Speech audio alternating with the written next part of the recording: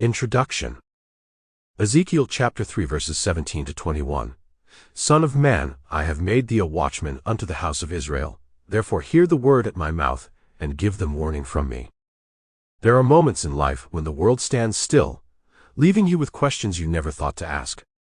For me, that moment came on a flawless September morning, a day so ordinary it felt routine. I was working a bare sales meeting, managing computer issues as they arose, when a headline caught my eye: Plane collides with World Trade Center.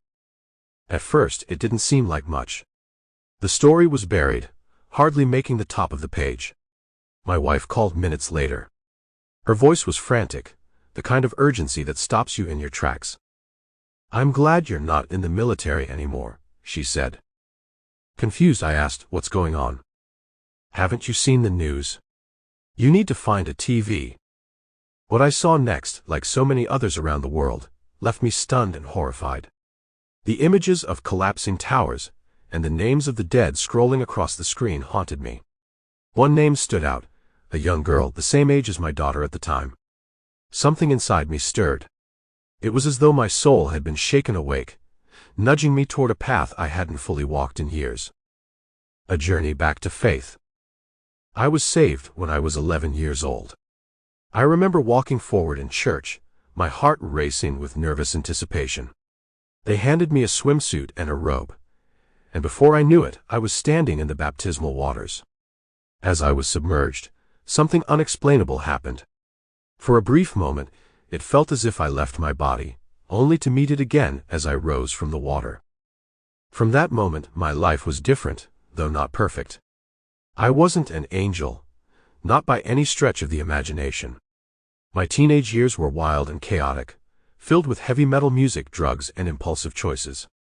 Still, that small, quiet voice I first heard as a boy never left me. It whispered to me in my quiet moments, convicting me, pulling me back, even as I wandered far from the path. The call to love and healing. Those years were tough. My home life was marked by verbal abuse, a relentless barrage of "you'll never amount to anything" that eroded my confidence. The weight of those words followed me, shaping how I saw myself and how I related to others. Depression became my constant shadow. But then came a February snowstorm, and with it, a moment that would change everything. It was my mother's birthday. At her insistence, I decided to stay home from work. She had been pestering me for weeks to check the personal ad I'd placed in the local paper. Honestly, I'd given up on it. The first responses hadn't gone anywhere, and I was planning to... Sample complete. Ready to continue?